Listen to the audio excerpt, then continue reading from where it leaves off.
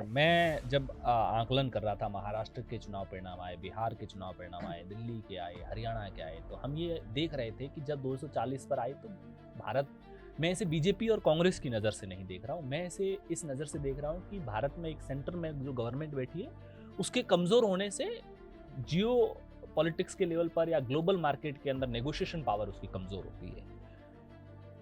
उन्होंने तुरंत ट्रंप के सामने हाथ नहीं बढ़ाया। स्ट्रेटेजिकली मैं जो ऑब्जर्व कर रहा था, उन्होंने तुरंत ट्रंप के सामने हाथ नहीं बढ़ाया कि भाई आप ये क्यों चाहते हो, आपके अपन तो साथ मिलकर चल लेंगे दुनिया की पंचायती में भी, आपको क्यों कमजोर करना हमको। वेस्टर्न वर्ल्ड एक चीज से अगर डरते हैं, ना पैसे से डरते हैं ना हथियारों से डरते हैं, वो उनके डर की एक चीज अगर कोई है तो वो है पब्लिक सपोर्ट। अगर उनके चाहे व्यक्ति के साथ में पब्लिक सपोर्ट ना हो और जो उनको ना पसंद हो उसके साथ अगर पब्लिक सपोर्ट हो तो फिर वो नेगोशिएट करने को भी तैयार हो जाते हैं। भारत ने कहो या फिर नरेंद्र मोदी प्रधानमंत्री की बात, अपन पीएम साहब की बात करें, उन्होंने बहुत स्ट्रेटेजिकली अगले 6 महीने 8 महीने के अंदर जो रीजनल इलेक्शंस थे उनमें एक बड़ा पब्लिक सपोर्ट गेन किया। उसके लिए उन्होंने चाहे मेहनत की हो, स्ट्रेटेजी हो, उनका कुछ भी तरीके क्या थे क्या नहीं थे उस पर प्लस माइनस आलोचना तारीफ है वो हो सकती है, बट उन्होंने पब्लिक सपोर्ट को बड़े स्केल पर गेन किया।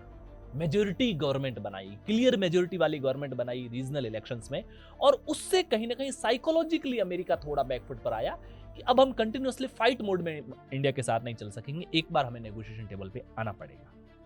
बिल्कुल सही कहा हिंगलाज जी आपने यहाँ पे कि जब उन्होंने देखा कि डोमेस्टिक सपोर्ट है, और डोमेस्टिक सपोर्ट जब जनता की सपोर्ट सिर्फ एक मार्जिनल सपोर्ट नहीं है, बहुत क्लियर मेजॉरिटी वाली सपोर्ट है, तो ये चीज उनको बैकफुट पे बिल्कुल लाई है। साथ ही साथ जो अमेरिका ने दूसरी चीज देखी कि उन्होंने हमें टैरिफ के डर से डराने धमकाने की कोशिश करी। उन्होंने यहाँ जेनजी में जो लद्दाख से शुरू हुआ था, क्योंकि कहीं ना कहीं किसी जिले से ही शुरू होता है, उन्होंने सोचा था कि हम इसके तहत